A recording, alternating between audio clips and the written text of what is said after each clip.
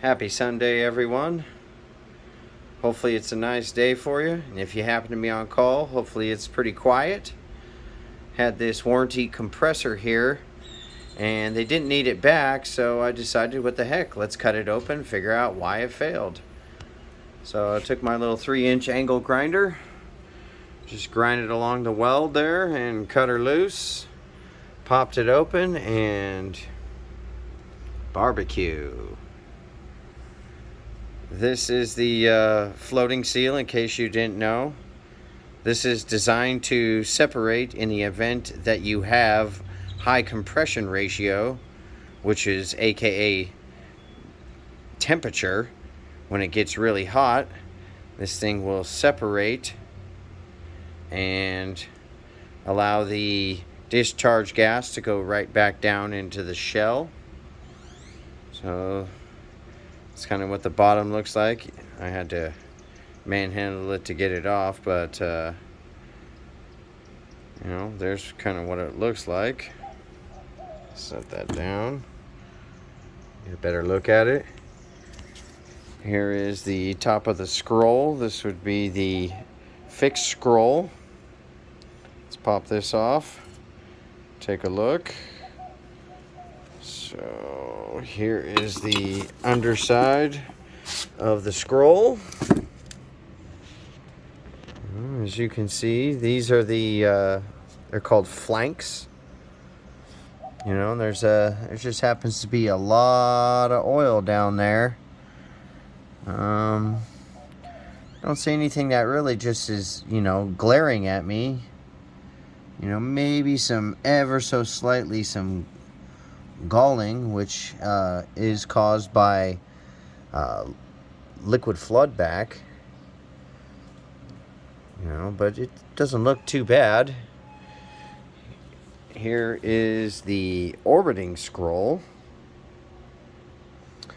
and that again, maybe some ever so slight galling, but nothing too crazy.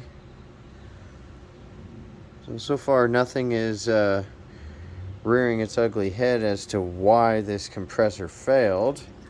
Let's pull that off and take a look. Oh, what do we have here? Yeah, that thing looks more scratched than a guy's car after he broke up with a girl. Ha ha ha ha ha. Yeah. And there is definitely some galling on the bottom of here. You can see all those little swirl marks. All right.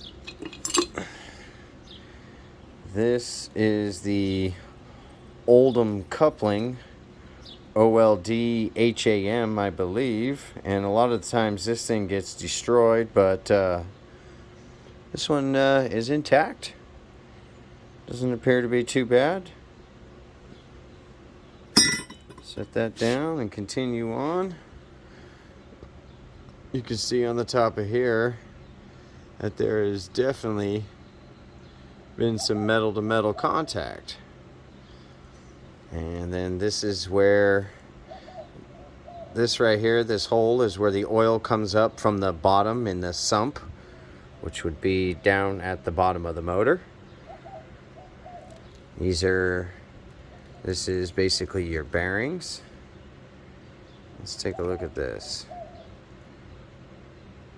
Oh, yeah, look at that. It's like it's starting to delaminate.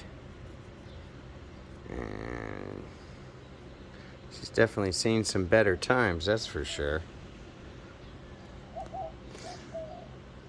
I am missing a piece. I did already take this apart. I didn't want this to be just insanely long, but take a look at this right here, this sleeve.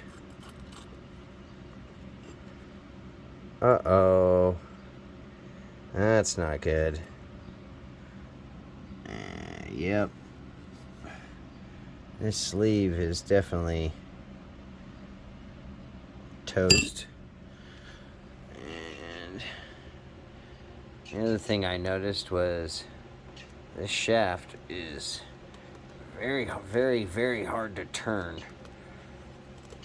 You know, it's, you know, it'll move, but man, it takes a lot of force. And down there are where the windings are. And you can see those things just got roached. Yeah. Good times. Good times. So I would highly advise, if you can, to take your compressors apart. Trevor Matthews is an outstanding educator and a very smart man.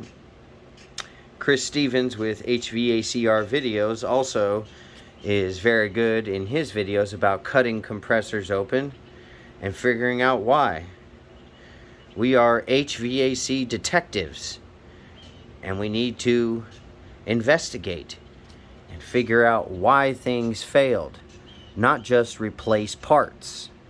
If you just replace parts, you're doomed to repeat the same mistakes over and over again.